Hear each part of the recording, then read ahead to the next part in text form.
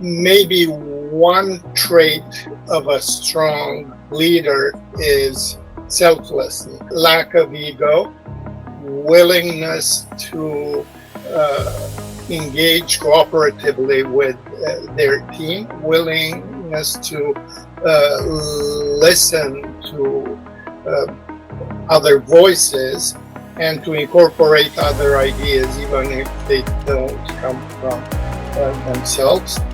Take great ideas wherever they come from.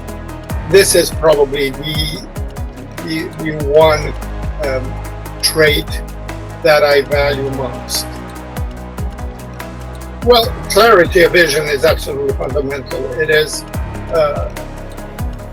for many reasons, but probably the most important reason is because if it is clearly and eloquently and succinctly communicated to the entire team, it's what gives the team a sense of direction and informs every single decision, be it major or a small, minute decision. So all the doers should have a good understanding of the general direction that where the project is heading, and that will prevent blockage or hesitation when facing a fork in the road. Probably the most important dilemma we're facing, and it's a totally new question we are forced to ask ourselves and address it. And in my opinion, the skill of honing our ability to reinvent ourselves, because everything that's been created so far and that is being thrown into this primordial soup that AI is extracting from and distilling from, and the more we create, the bigger the pot of soup, right? So, but what that means is that if we keep creating the same, eventually things are gonna homogenize to the point where it's nondescript and lacking originality, lacking visual identity. So I think it's going to be increasingly imperative for us to always be inventing and creating new, unconventional associations and ideas that always keep us outside of this melting pot. Somebody asked me not too long ago, well, aren't you worried about AI basically rendering you obsolete? My response is, I don't care if AI sucks into this melting pot everything I've done so far, because I don't want to continue to do the same thing. I will try to always be on the edge of this ever-growing perimeter.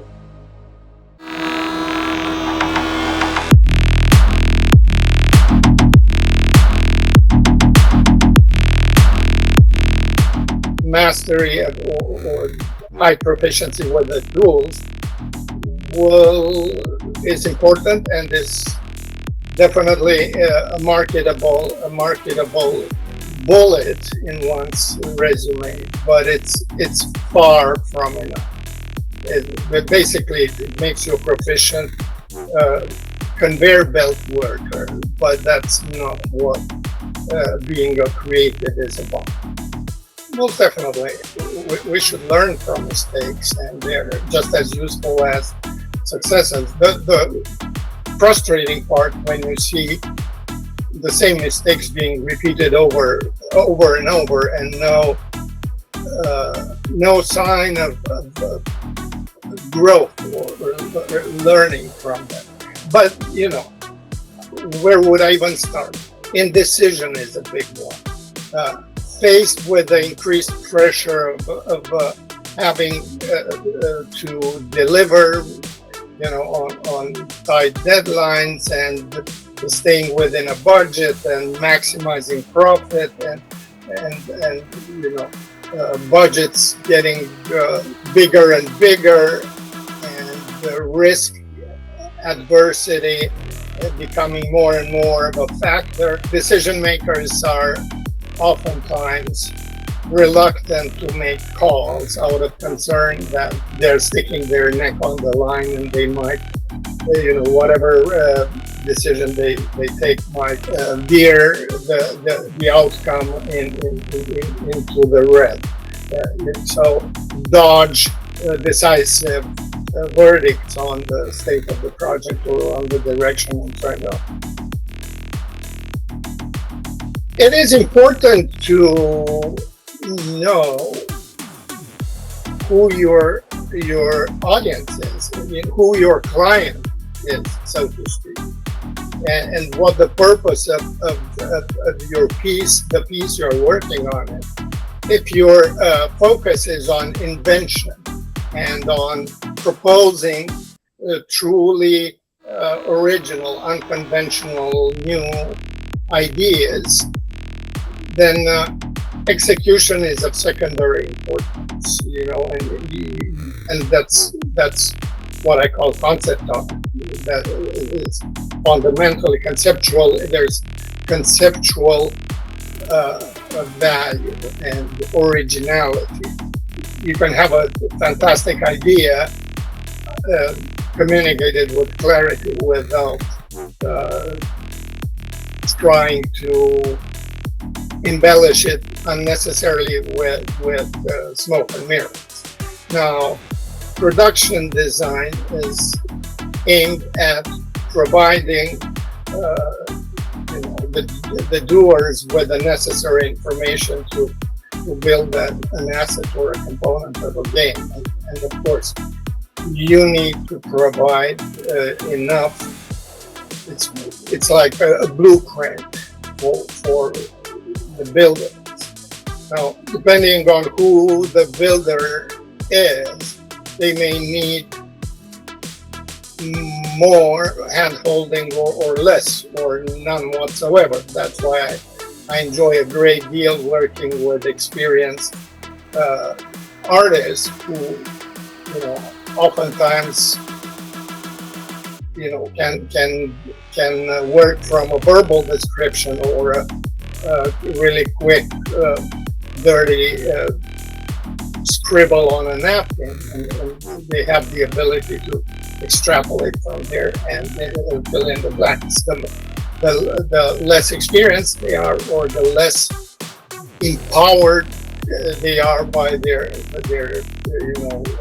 leads, the more you need to spec things out, and that can get to the point where it's not sustainable. It's definitely an issue in the relationship with outsourcing studios or external co-developments. If your target audience is more of a logical audience that appreciates facts over emotion, then you emphasize the hard side of the equation. If it's an entertainment product, emotions are far more important. So depending on the specific intention of an assignment, you evaluate the correct ratio of the two. Well, my personal belief is rather controversial. And traditionally, the role of an art director has been defined as the one who defines visual language, more often referred to as a style, and then fiercely polices consistency and implementation of that style throughout the development cycle. I believe strongly in controlled eclecticism and allowing for aberration, which I think is what gives a world credibility, color, texture, makes it juicy. I mean, if we look around on the objects on our desks,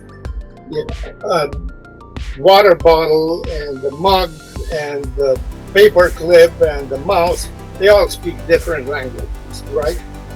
Yet the fact that they employ different shapes that are and come from different creative minds with their own sensibility doesn't at all impede or is not detrimental to the plausibility of this environment.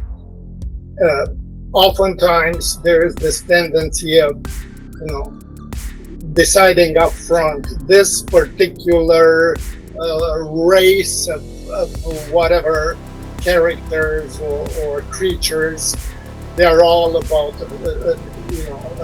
they should have their distinct aesthetic sensibility, and every object they use and structure they design should follow the same language. I think that kind of approach does more harm than good. It's boring. It lacks credibility. It comes across as fabricated and arbitrary. So I'm a big believer in eclecticism, and that's why I love building teams with a lot of diversity, because having people on your team from a variety of backgrounds and allowing them to truly put their stamp on the assets they build, I think gives the world that color and richness. Absolutely. The strength of the vision, I never define it visual terms. I try to define it in rather high-level terms. Employ descriptors that refer to the intended emotional response. So I would refrain from statements like, I want a world that looks, a predominantly blue color scheme or whatever. But rather, keep things not vague but abstract enough to where the doers can then assess and decide on the right tactics. As long as the strategies is clear, the tactics should be left to the people who are building things. I think that's the one thing that keeps them engaged in the long run. I mean, we're talking long development cycles of years and years. If you feel as a doer in the trenches, if you feel like all you are allowed to do is to tighten nuts and bolts mindlessly, it's a horrible existence. So you want your production team to feel truly empowered. The fact that you go through the discipline, defining clearly the general direction up front, and equipping them with a compass, should kind of take care or eliminate extreme deviations. I mean, people may again meander around obstacles, but as long as they have the map and the compass, they can bring it up. And it's those little side loops on the way on the trip that I think bring richness and complexity to the story. Well, traditionally, historically, going back thousands of years ago, craftsmen have been striving for perfection because they were working with rudimentary tools, rudimentary technologies, and so building a table that had straight edges and straight legs and such, was considered the mark of craftsmanship. The more technology evolved, the easier those accomplishments were. So it wasn't that big of a deal to make a rectangular table when you had a table saw, right? So and so on. It got to the point where computers now automatically spit out perfection, technical precision, so, and sterile and devoid of any kind of soul. So basically, we have to go the other way around, where you start with this output that is perfect technically, yet lacking personality or ability to induce emotions. And an analogy I will use is like, live music versus techno or whatever, or a piano, one of those high-end programmable pianos that plays impeccably, or the output is correct, but correct has no soul. You will never see anybody cry next to a piano at Costco that plays by itself. Nobody even cares. They don't even stop.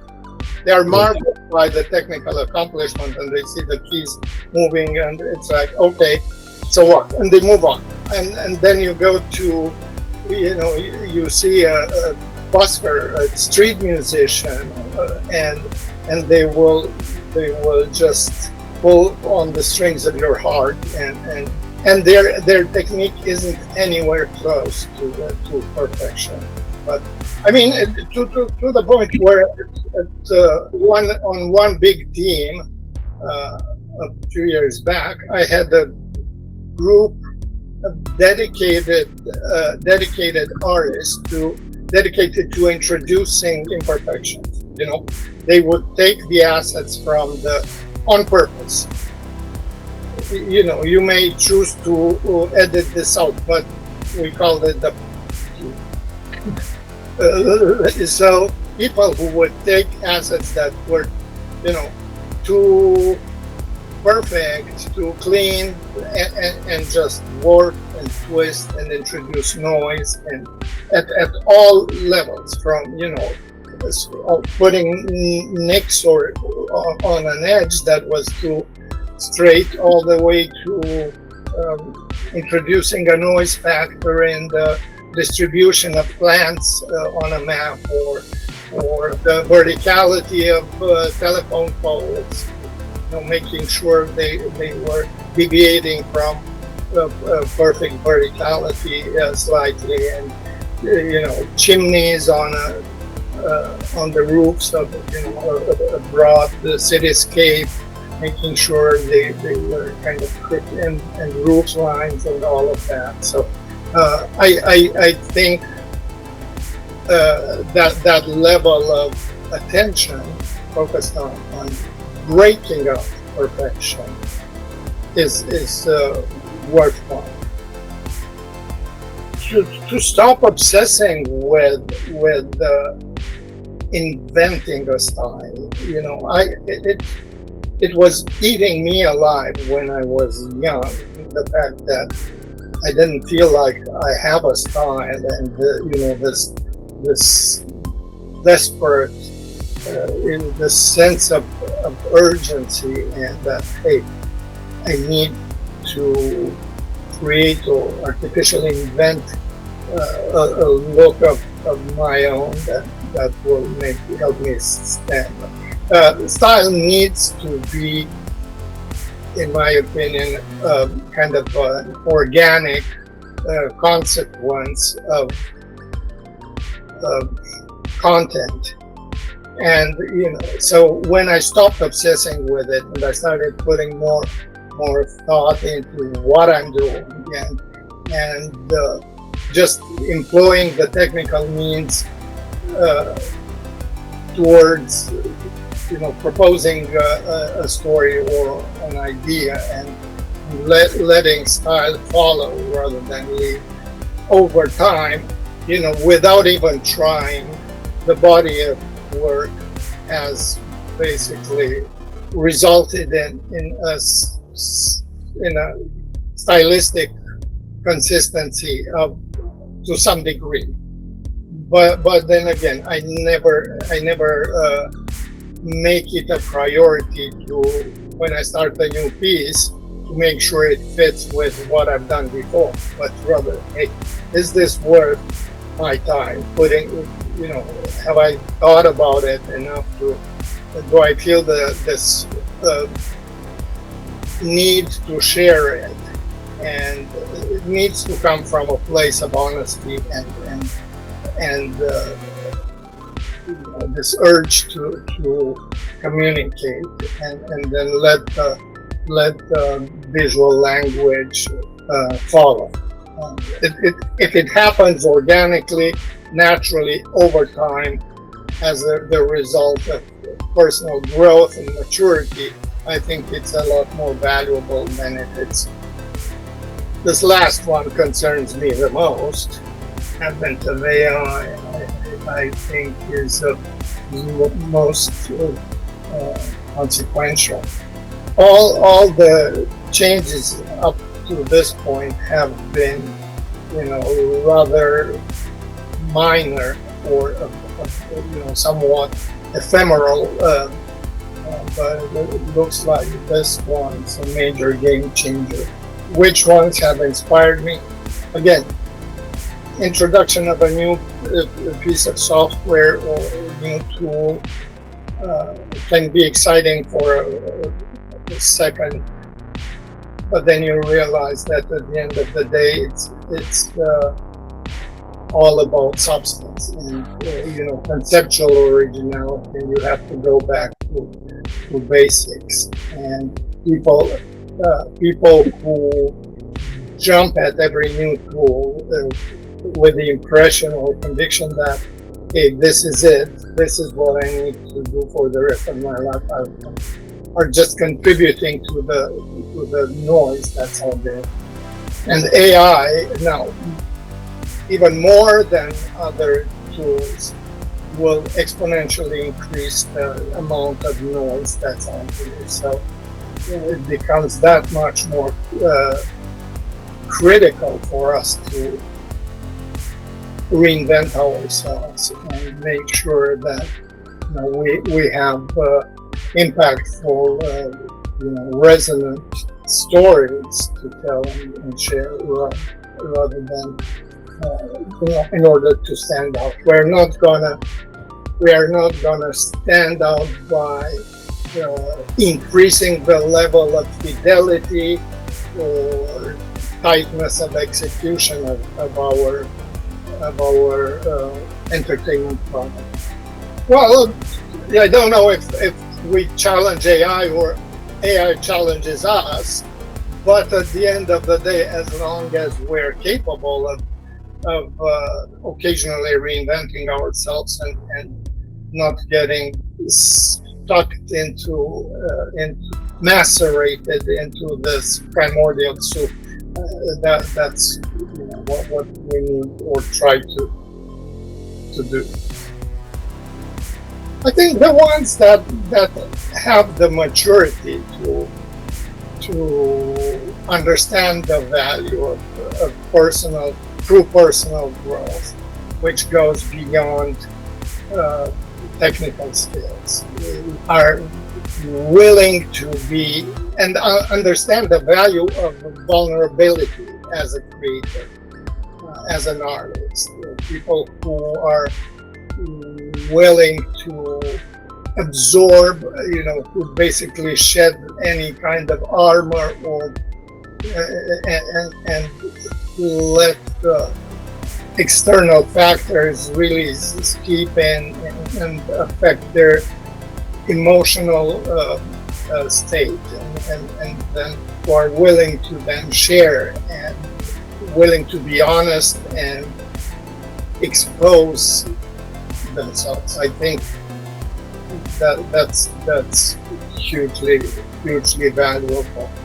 I used to compare artists with crustaceans, like lobsters.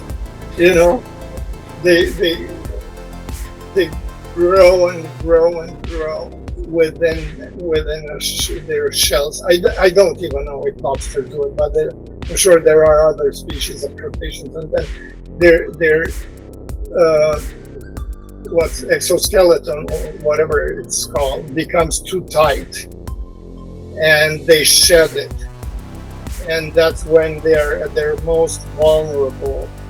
But it's also imperative for growth, and for a while they are truly at the mercy of the world around. Confidence is important to a point, but it's important to make the distinction between confidence and arrogance. It's important to maintain your own, to allow yourself to doubt yourself. I mean, I often say that being an artist is a lifelong exercise in insecurity management. You constantly, there's days when you feel like I'm the man, and you start putting out very confident work, and then next morning you wake up and it's like, oh my God, this looked better yesterday, man.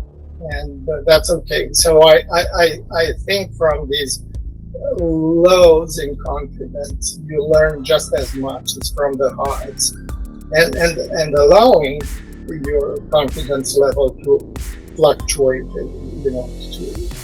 It's those moments that contribute to vulnerability. To learn more about Daniel Dociu's upcoming course, The Need for Reinvention, visit adapt.one. Join one of the industry's most respected creative leaders for a 10-week, 30-hours journey exploring creativity, leadership, and adaptation in a rapidly changing world. Seats are limited. Exclusively on Adapt Academy.